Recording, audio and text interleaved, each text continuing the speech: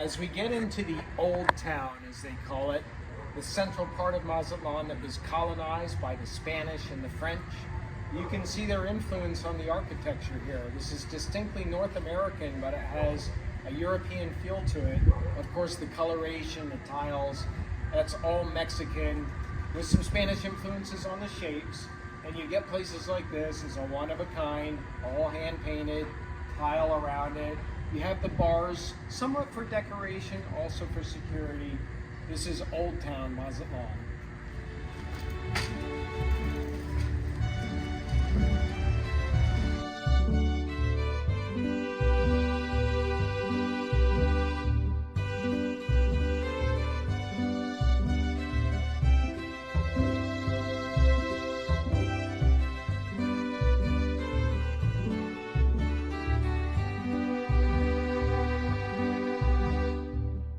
So here we are at Plazuela Machado, or Small Plaza of Machado. And it's a beautiful little strip that's lined with trees with a center cubula in the middle of it, a round space where people can perform. And right now what's happening is all of the street vendors are setting up. You're gonna have jewelry people, you're gonna have hat people, you're gonna have all kinds of handmade goods. Just around the corner is the official opera house of Mazatlán, the Angela Peralta Opera House. It's also used as a theater.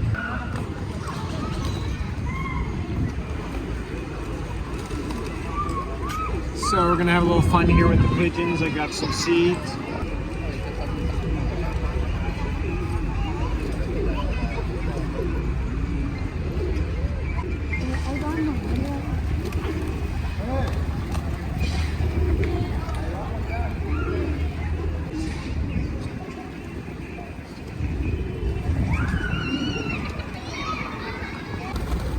The thing about pigeons is they also have a sense of humor. Come on! We are now in the most congested part of Mazatlán, El Centro, the center, and this is the Pino Suarez Indoor-Outdoor Market. It's an open-air market. Up top, you can see a bunch of restaurants, as we call them. All they are kitchens. All they are kitchens where one person is working. It's a female usually, and she will make you what you want. She has breakfast items, she has lunch items, but by and large you can tell her what she wants, and if she has the ingredients, she'll make it for you.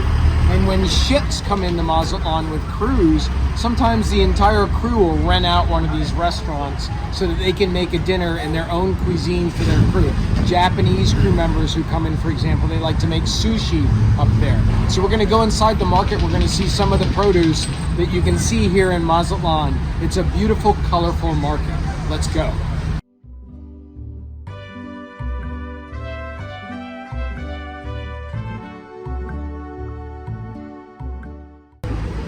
All right, so this side of the market, it's basically in a square, this market, but this side is going to have your textile and souvenir type merchandise, t-shirts, shirts. Here we have the Venados, the Mazatlán Venados. That's the baseball team. Baseball is played here. It's one of 4 states, the state of Sinaloa, where baseball is played.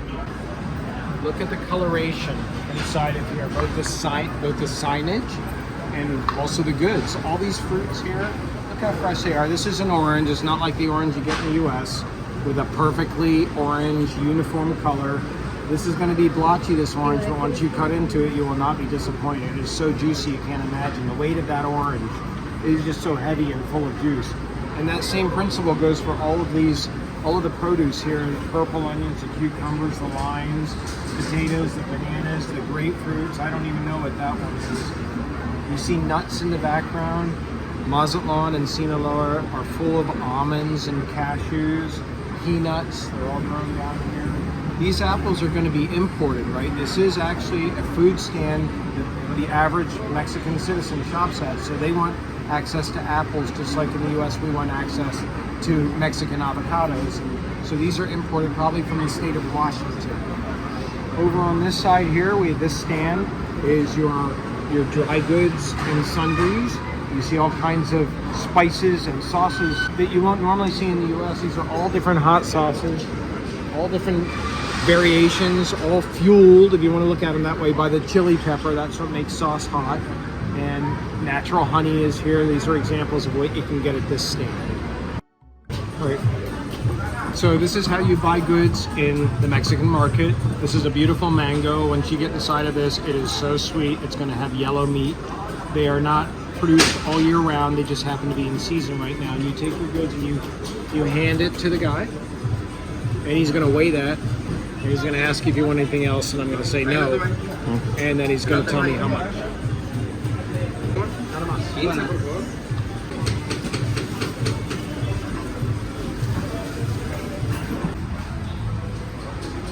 Yeah, so this place is nuts. I couldn't resist. And here, this is cacahuates, or peanuts. It's got sesame seeds, and I know that's some kind of sweetened coating that's on there. It looks like they're roasted as well. I haven't seen this before in the US, so I'm gonna try that. You've also got dried fruits. These look like cranberries. You got raisins here as well, prunes as well. You got pineapple, dried pineapple as well. Pecans, absolutely the freshest that you'll ever find right here in Sinaloa, Mazatlán. Candied peanuts, different kind. Look at all the colors, just beautiful. Over on this side, you have candies that are made with leche. I'm going for the peanuts, though, the cacahuates. Okay, 5 pesos is about $1.25 for all of these. US.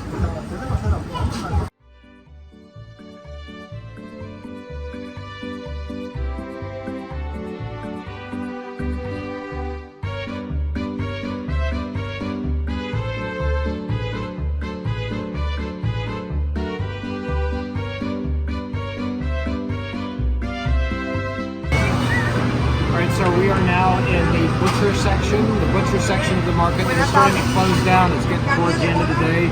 And when they sell out, they don't have any more produce. But you can see every part of the cow, the pig, whatever's being sold here, whether it's beef or pork, is used, including offering scrapple. Scrapple is over here at this one. That's the remains. Everything is fresh, of course. When I buy my ground beef here to make burgers, I buy it from that guy right there, and he puts the meat through the grinder, and I get this beautiful patty of ground beef that is so fresh to eat. Yeah, whatever you want here, all kinds of steaks. They'll take them out of the freezer, T-bone, New York strip, prime rib. They've got it here in this market, fresh.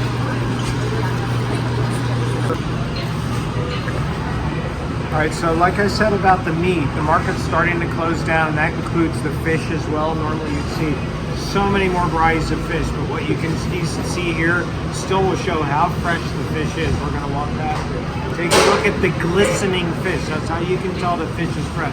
After all, it just came in on those boats that I showed you down at Long Beach. That's where this fish is coming from.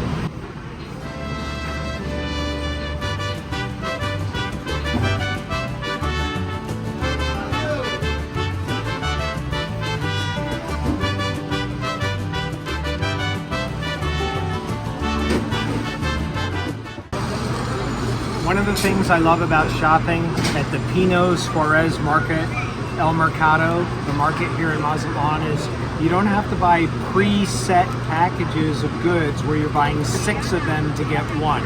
Like if you need a light bulb, you have to buy 6 to get one sometimes. Other packages the same way. Right here we're in front of a pet food store. You don't have to buy the bag that's this big just because that's all that's sold. You can come here and you can scoop out how much you need.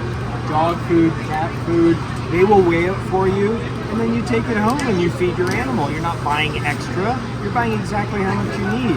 And that's the same for other produce in here, like butter and sour cream, things that you never think of buying, you know, as per needed in the store when you're in the US. You can do that in Mexico, exactly what you need. That's what you can get in El Mercado. Yeah, so here we have another kind of stand that's very common in the Central Market. You can see the butter is there on the corner. You can just get how much that you want. This stand has a variety of things, including mole. Mole is that one in the middle with the The spoon in the middle of it, it's a kind of a paste sauce that you put on top of chicken. And fish as well. Next to it, you have the pork rinds. Down below, you have all kinds of packaged snacks, including tortilla chips, all here in the Central Market.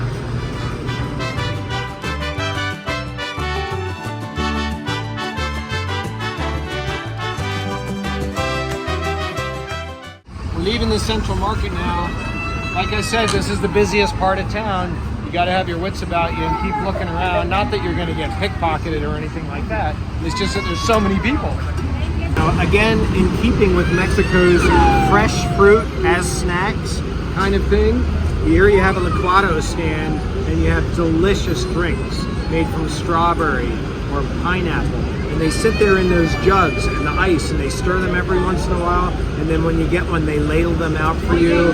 And it's absolutely refreshing, the taste that you get from one of those lime drinks or whatever it is. Let's continue on. We're gonna go see the shrimp ladies now. We'll see what that's all about.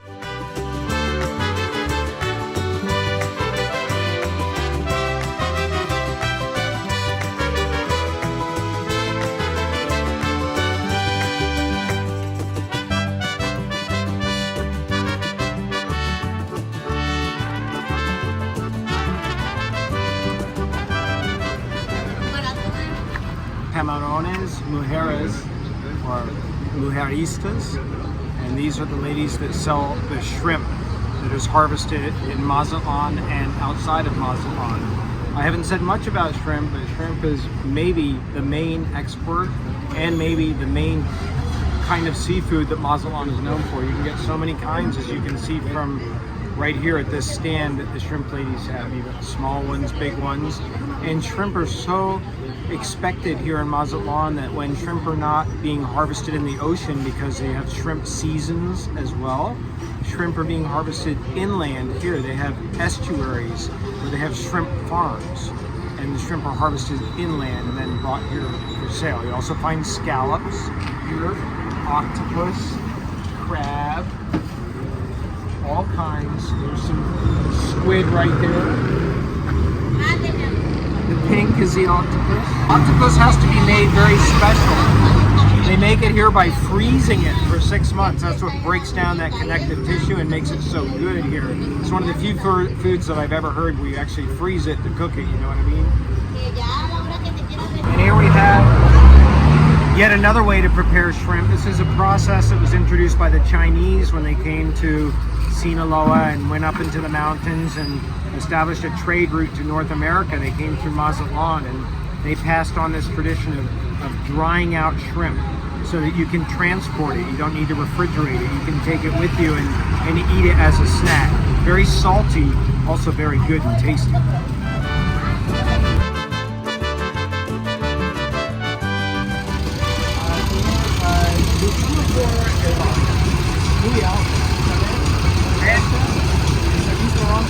We are now in what many people consider to be the most fun way to go around Mazatlán.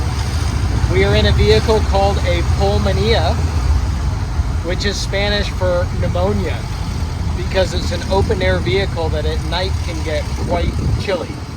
It's basically a Volkswagen engine inside of a fiberglass body, which is perfect for ocean-like conditions with the salt air. They're a lot of fun because you get a great view, and they just seem to have a style about them that says that they have a sense of humor. This is a pulmonía ride in Mazatlán. Woohoo!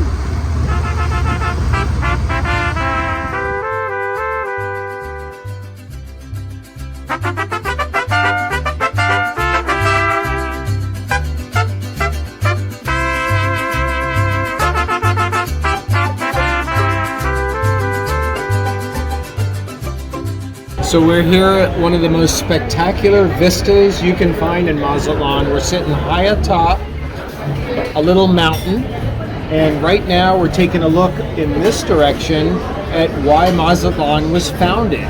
Because there you have the old port, and into that port have been sailing cargo ships, seafood ships, ships that are coming into trade with Mazatlán. If you sail down that serpentine-like harbor that you see there, it snakes back in there. You'll eventually come to a place where the shrimp boats are located. You can find 28 boats in the fleet. That's how many shrimp boats that you find. If we pan to the right here, you will see activity of boats that are leaving the harbor, and I'm going to stay at what's known as Stone Island. It's not actually an island, but it's part of the Mexican sense of humor. It just feels like one when you get over there and cross across the water. In keeping with the Mexican sense of humor, that rock is named Godzilla because it looks like Godzilla. When we swing around to the right here, we have the highest lighthouse in the southern hemisphere, El Faro. You can walk to the top. It's about a 45-minute walk, and when you get up there, you have a panoramic view just like we have here. And if we spin around here, completing our panoramic view, we're going to have a gorgeous sunset off over here in about 5 minutes. For now, at this restaurant representing Mexican cuisine, it's one of the 5 countries recognized for its cuisine by UNESCO, contributing to World Heritage. Right now I have a piñata. At Rounding Some Corners, we don't drink alcohol, but we take in a lot of sweet leaf and we enjoy drinks like this, which is a piñata, which would be a piña colada. It's cocoa, but without the alcohol, and this is a natural one. Little touches like this in Mexico, sanitation up top, and it's a creamy mixture. It's not hard, big blocks of ice cream. This is leche with a beautiful pineapple garnish sliced like that.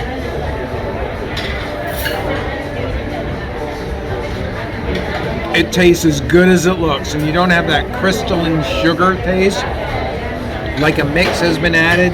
This is a real mix that's coming from the cream and the sugar. It's not pre-packaged, and boy, is it good. Rounding Some Corners is wrapping things up here in Mazatlán, Mexico, with a beautiful looking meal here atop this restaurant. This restaurant sitting looking out over a panoramic view of Mazatlán, and what I have chosen to finish off my day with here is rock shrimp, Camarones roca. These are shrimp with a special sauce. It's slightly sweet, and you see it's accented by black sesame seeds with some lettuce. And then I also have a side of a marlin taco. The marlin taco has got a pepper on top, a little bit of avocado and tomato. And I'm just going to take my first bite of the shrimp, which I expect to be delectable beyond measure.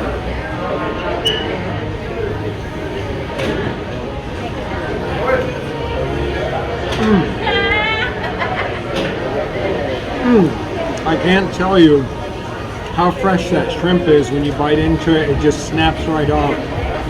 The sauce has a pleasant combination. It seems slightly caramelized, not too sweet, a little bit. It may have some mango in it, giving that yellow color, I don't know, but it's not a kind of shrimp that you would get in other places other than Mazatlán. So Rounding Some Corners has had a great day here in Mazatlán, sampling some of the gems that Mexico has to offer, but in particular the state of Sinaloa. We'll be back to Mazatlán before too long.